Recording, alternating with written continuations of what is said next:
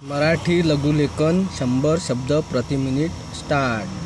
स्वातंत्र्याच्या अमृत महोत्सवानिमित्त राज्य शासनाने चला जाणूया नदीला या शीर्षकाखाली लोकसहभागातून नवा संवाद यात्रा हा उपक्रम राबविण्याचा निर्णय घेतला आहे.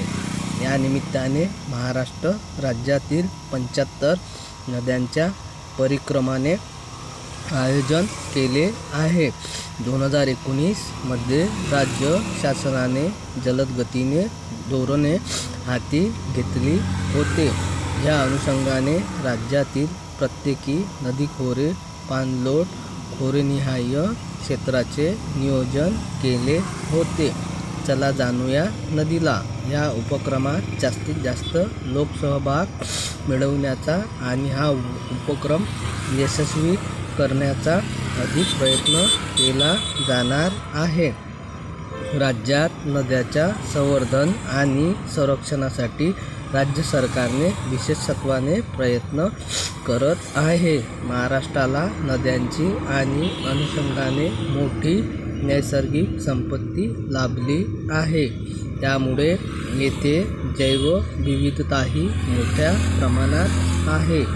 राज्य शासन या जैवविविधतेच्या जतनासाठी आवश्यक ती पावले टाकत आहे. नद्या आणि मानव यांच्यातील परसंबंध जतन करण्याचा प्रयत्न केला जाणार आहे. चला जाणूया नदीला या उपक्रमामध्ये नद्याचे संरक्षण आणि संवर्धन याचबरोबर जलसंधारण आणि जलसाक्षरता या दोन्ही संकल्पनाची सांगड घालणारे महाराष्ट्र राज्य हे देशातील एकमेव राज्य ठरले आहे. राज्यातील नद्यांना अमृतवाहिनी बनवण्याचा राज्य सरकारने निर्णय घेतला. वैशिष्ट्यपूर्ण आणि दूरगामी परिणाम करणारा आहे.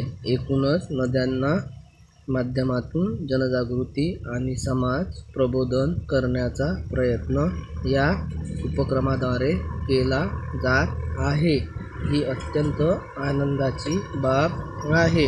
राज्यातील काही भागातील जनतेस दुष्काळ आणि महापूर